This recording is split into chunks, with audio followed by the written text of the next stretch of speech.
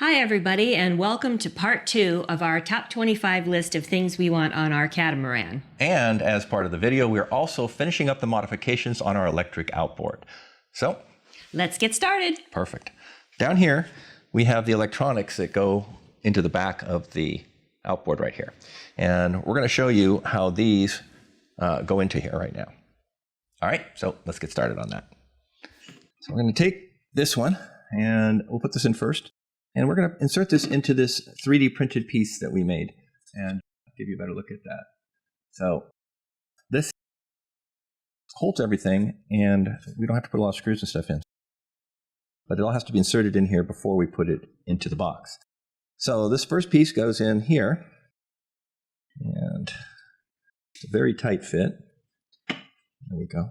So that once it's in, it doesn't go anywhere. It's held nice and tightly.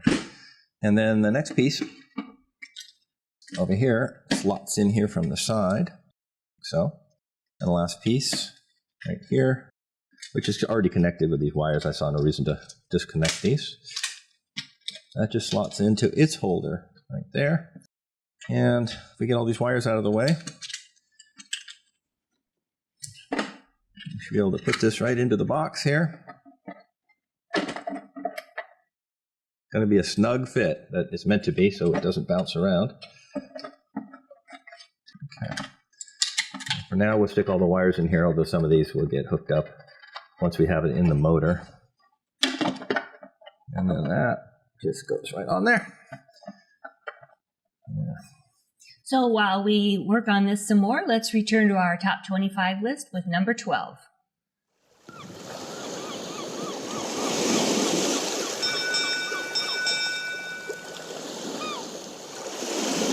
Number 12, boom height.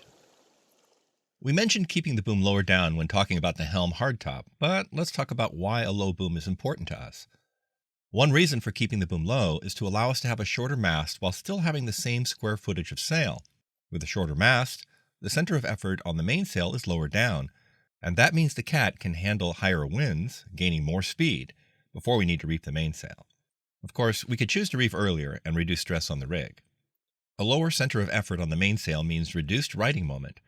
If you aren't familiar with the term, it refers to the boat's resistance to heeling, and too much heeling could lead to tipping over the Cat, and nobody wants that. Not that Schionning Designs cats are prone to tipping over.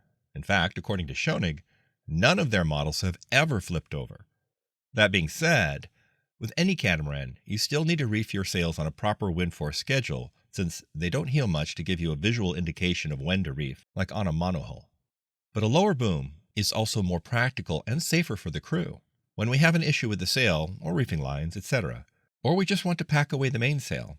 We want easy standing access to the entire boom for any of our crew without having to make them reach up too high or worse, use a ladder. This makes a lower boom a safety feature while also adding better performance to our Cat.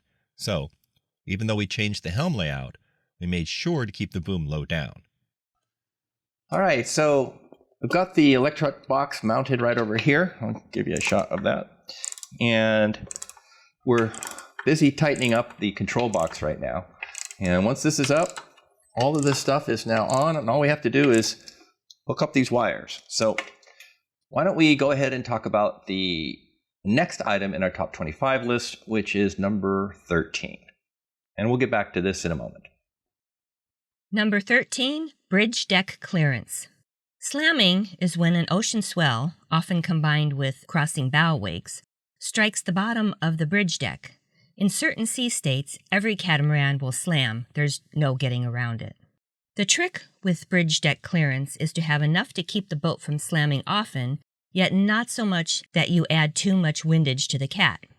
With a larger catamaran, like our 50-foot model, you want to combine the proper BCL to LWL ratio, in our case 41%, with a bridge deck clearance of about 14% of the BCL. That works out to 33 inches.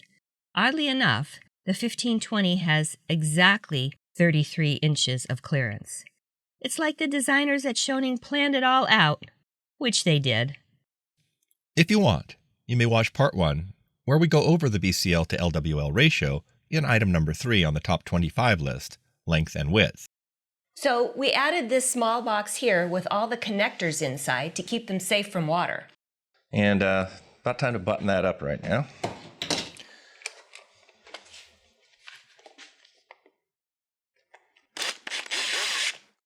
So while we're doing this, let's move on to number 14 on our list. At number 14 on our top 25 list, we wanted to have shaft drives. The debate about whether shaft drives or sail drives are better will rage on. But for us, the answer is clear. We desire shaft drives. If for nothing else, we need them because we wish to occasionally beach our boat and we cannot have it landing on the sail drives. But there are even more important reasons why we want shafts. For one thing, we also prefer the smaller hole of a shaft going through the hull. With sail drives, there are two huge holes cut into the bottom of the boat. If you strike something heavy with a protruding sail drive, it could tear it out and leave a massive hole in the boat. Search on The Amazing Marvin Hits a Fish Farm if you want an example of that scenario. We also prefer the lesser maintenance costs associated with shaft drives compared to sail drives. Shafts only have a couple of bearings which need to be replaced on occasion, and shafts can even be removed while the boat is in the water. You just plug the small hole with a cork after removing the shaft. And a big cat like ours will only have so many locations in the world where it can be hauled out. For these advantages, we can live with the two downsides of shaft drives. Firstly, people will tell you that there is slightly more vibration. However, we can mitigate that by adding Brunton Sigma drives to the shafts between the engine and props. These are anti-vibration shaft dampers. The second negative is that shafts angle the props down slightly, which is not quite as efficient for propulsion. We are keeping that angle to the smallest possible, but we can live with 6 or 7 degrees of tilt to gain all those other advantages. Schionning designed the 1490 to have shaft drives, so we are also good to go on the 1520. All right, well, while you've been taking a look at the next top 25 item, we've been adding the water lines into the back of the motor here. And so this whole thing is water cooled, the electric motor and the control box. So we had to run new water lines in here. They used to run outside to that big control box, but that's all set now. So this is what these are. So let's go on to our top 25 list, and we're now on number 15. Number 15, solar panel space. This is another top 25 item that we went over on our virtual tour, so we'll be brief. Since we plan to install a hybrid propulsion system, we have a large battery bank to charge. We have several methods to charge those batteries. One is by being at the dock, but we can also get power from solar, by wind, using regeneration while sailing, or, if we must, by running our diesel generator, which is part of the hybrid system, not a separate engine. But of those choices, solar is the best charging option, costing us neither sailing speed, expensive fuel, nor time-paying dock fees. That means we want as much solar space as possible. Our goal was to get around 5 kilowatts of solar on SV Lynx.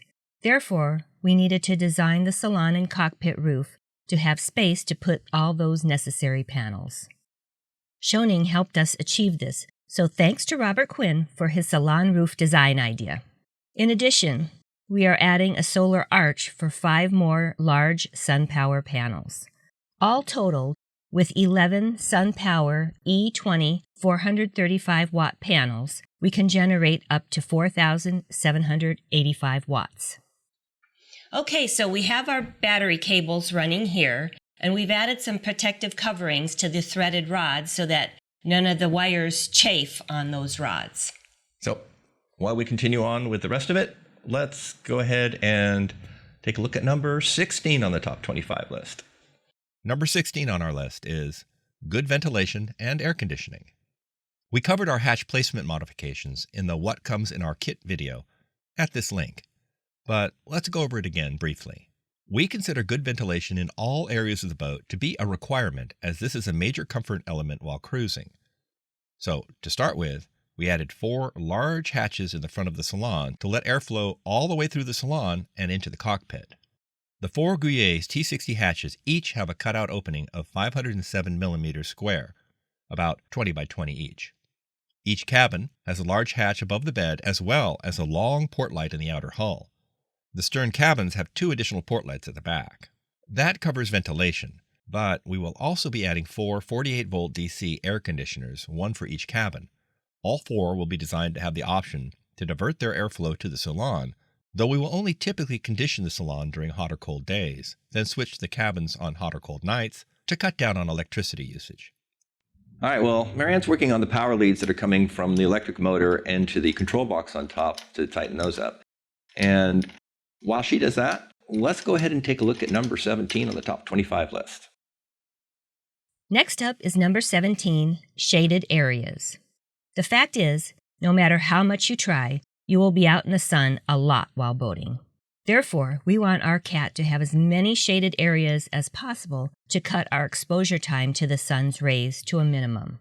The 1490 already came with a permanent cockpit hardtop, but we added one over the helm as well on the 1520. We also plan to have a bimini or shade cover for over the foredeck when we're at anchor and full drop-down enclosures around the cockpit and helm. All right, well, everything's in. It's completely done, all the wiring, everything. So the last thing we have to do is deal with this cowl. And so I put the lower half on here, and we're going to take the top part on so we can get a true measurement of this before we get rolling on that. So let's take a look at number 18 on our top 25 list. Sounds good. Next up on our top 25 list is number 18, large salon windows. Since we like to stay out of foul weather, be that harsh sun or cold rain, in those situations we will spend time in the protection of the salon. This will be especially true when we go to places like above the Arctic Circle in Norway, or if we cross the Aleutian Islands to Alaska. Therefore, it is important that we have good-sized wraparound windows in the salon so that we may enjoy the amazing views while staying protected from the elements. That's one reason we changed to this style of windows in the 1520. Yet, these windows also needed to be very seaworthy for when we are out in rough weather, so Schionning designed them to be very stout with plenty of bracing struts. The Schionning designers assured us that they engineered these large windows to be strong enough to take green water impacts. Finally, we didn't want any curved acrylic, as this would be difficult to procure if we ever need to replace the acrylic windows, so the window panels are all designed to be flat. Now that we finished with the motor, here's everything we got rid of.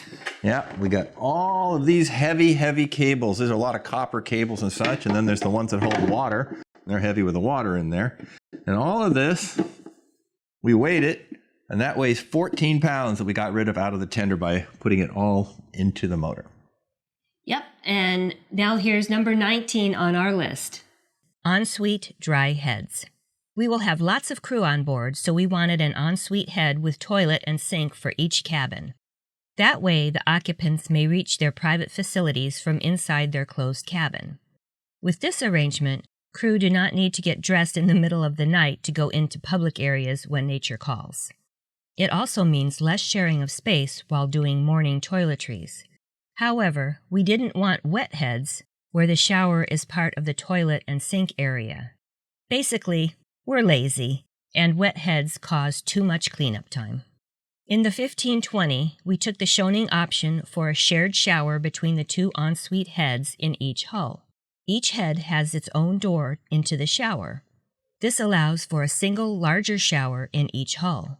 And having just one shower per 2 heads is fine since showers are not needed as often as sinks and toilets, and having only one per hull spaces out showering so that the hot water has a chance to keep up. All right, so we have completed everything. This motor's ready to run, but we still haven't done the fiberglassing on the top here, so I put it together so that we can measure. And what we're going to have to do is have it a little taller in the back and a little shorter up in front. So we're going to get the measurements precise right now. And while we do that, let's go through the end of our top 25 list. Sounds good. And now we have reached number 20 on our list. An up, U-shaped electric galley. This is another top 25 item that the Admiral showed you in the virtual tour video. But let's talk it through a bit here. There are a few good arguments for a down galley, like less pendulum-style movement, but we still prefer an up galley. The first reason for this is the social aspect. While preparing food, the cook gets to share that time with the rest of the crew in the salon. Next up, serving the 3 tables on SV Lynx is also easier. Prepared dishes can be set on the center arm of the galley, then accessed by the crew, who will be seated at any of the 3 tables. We also like having the view from those large wraparound windows while working on cooking meals or cleaning up. That way, the crewmen can see the horizon instead of being down in a hole while working in the galley. We chose a U-shaped galley so that our crew may lean against one side to steady themselves with two hands if things get momentarily rough. Finally, we wanted to ditch propane on board completely, so that we avoid the hassle of filling those bottles in foreign countries and the danger of another flammable fuel on board. That means that all the appliances, including the stove and microwave, must be electric. This works for us since we already have a very large lithium battery bank on board for the hybrid propulsion system. Now for number 21, a forward-facing nav station and large desk. Here is another top 25 item we showed in the virtual tour. We think this is an important element for any catamaran, though some production boat builders seem to disagree, since I've seen them doing away with a nav station in some of the new designs. During inclement weather, we like the idea of standing watches from the complete warmth and safety of the Salon interior, where all the electronics needed to run the boat are duplicated from the helm. Therefore, the nav station needs to be forward-facing with big windows for good visibility. But this area is multi-purpose. It also acts as a large desk for doing paperwork and a place to edit our videos, which features dual computer monitors and a docking station for a laptop. Our 1520 has all this in the nav station design. At number 22, we want a Gantry tender hoist. This is another item you may see in the virtual tour, but here is why we prefer a Gantry hoist over standard davits. A Gantry allows us to hoist our tender higher when sailing in rough sea states, or lower if we want it out of our view. And we like the ease of coming up to the lowered bar in the tender where we may grab hold. So, we added a Gantry system to the 1520. Next up, number 23, separate workbench and compressor compartments. We don't want to do certain messy and or stinky jobs on our eating table surface. Therefore, we wanted a dedicated workbench in a separate compartment in the boat with a decent flat working surface area where we may take apart certain dirty and smelly equipment like a winch or a toilet emaciator pump. Also, if that messy job gets interrupted, the parts can briefly stay on that workbench, assuming we are at anchor, since this is a dedicated workspace which is not taking up space on our salon or cockpit table. Schionning kindly added 2 stand-up compartments in front of the 2 forward cabins. These are pretty narrow since the hulls are very narrow at that point, but we made one long enough to be our workbench with a stool. That compartment will be on the port side, which will be configured with a small workbench facing aft, and a spare parts storage area forward. There is just enough space to sit and work on a small project like that winch or pump rebuild we mentioned. There's enough storage area behind the workbench to store bins for spare parts. Now, as for the dive compressor compartment, on the solitaire cats below the deck in the stern, there are 2 medium-sized spaces located just in front of the sugar scoops and behind the stern cabins. These are accessed by hatches. These compartments do not have stand-up height, which is why we put the workbench in one of the forward compartments. But we plan to use the starboard side stern compartment to hold our electric motor-driven dive compressor. This puts the compressor very near the lithium battery bank on the starboard side, so the cables will have short runs. And it also places it near the dive lockers where the dive cylinders are stored and filled. This way, the fill lines can be easily routed to those 2 dive lockers on the sugar scoops. Now we are down to number 24, so we're nearly done. Number 24, rain catchment system, handhold, and jackline. We also mentioned in the virtual tour we wanted a rain catchment system on SV Lynx.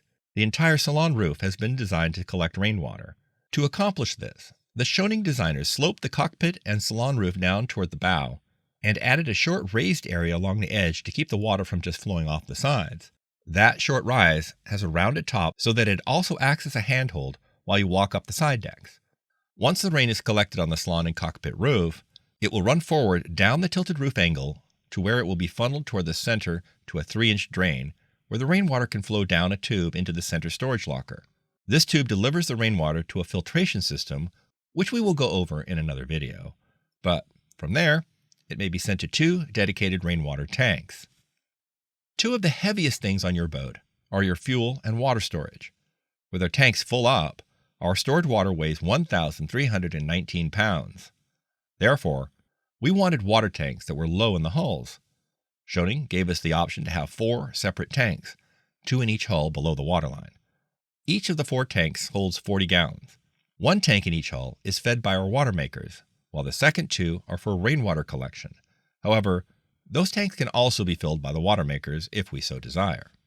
Using 2 tanks in each hull works for balancing the boat, since a pump can transfer water between the hulls. Having separate water maker and rain collection tanks also means that if one tank in either hull gets fouled, we don't lose all our water at once. These built-in water tanks will all be made of epoxy and fiberglass and then sealed with a special paint for drinking water. Each baffled compartment inside the tanks will have a separate access port so that they may be serviced and cleaned periodically. And now, for the final item in our top 25 list. And it's all the way down at 25 because it isn't crucial, but it is nice. So here it is at number 25, we want a bike garage. If you want to see more about the bike garage location, watch the virtual tour video. But let's talk about it briefly. A bike garage is fairly unique to our design of the 1520. Ours will store 4 fold-up regular or e-bikes. We really want bikes on board so that when we reach certain entry or exit ports, we do not have to walk a mile or more in the sun to reach the various customs offices. We want to ride there swiftly. Bikes are also useful to reach other things we want to see, even if just to ride to a car rental office. But where do you store even fold-up bikes on a boat?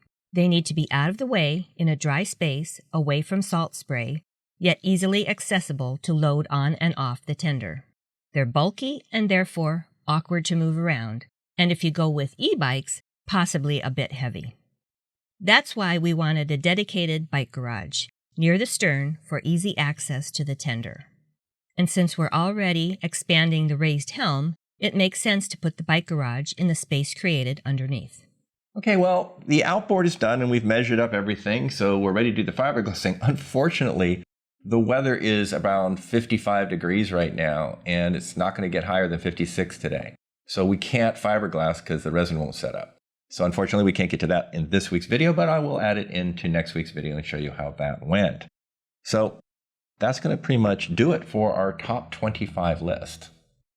Okay, don't forget to like and subscribe and ring the bell icon. And now we'd like to answer some user questions and thank our patrons. All right, let's get on with that. As I mentioned last week, we're going to start taking a few viewer questions at the end of each video. So let's grab a couple from last week. Glenn Edwards asked, "You seem to be missing a fish cleaning station in your rear cockpit." Well, that's true, but it's only because we didn't show you the one we designed. So let's take a look at that right now. All right, so we're looking at the starboard sugar scoop, and if you'll notice, there's a board up against the wall just below the barbecue. That's our fish cleaning board, and we can set that up once we catch a fish and use it to clean fish. So here you see it set up. And some things you'll notice is that it has a lip around it so that various water and things don't go falling off onto our feet. They go down to that tube at the end, which goes down towards the water. And we have a hose, which is inside the tank compartment, which I show partially open there, so that we can bring out to use that hose and clean the fish and such. And then it'll all run down that tube and out. And then once we're done, we can put that back against the wall and stow it out of the way. All right, well, Glenn, I hope that answered your question. Now, let's move on to Hakuba Holiday's question, which is, are you doing any lightning strike mitigation? Well, not currently. We're not planning to yet because we haven't found a system that we actually have any proof that it works. There's no data out there that we can find that shows that any of the lightning strike mitigation systems actually do anything for you.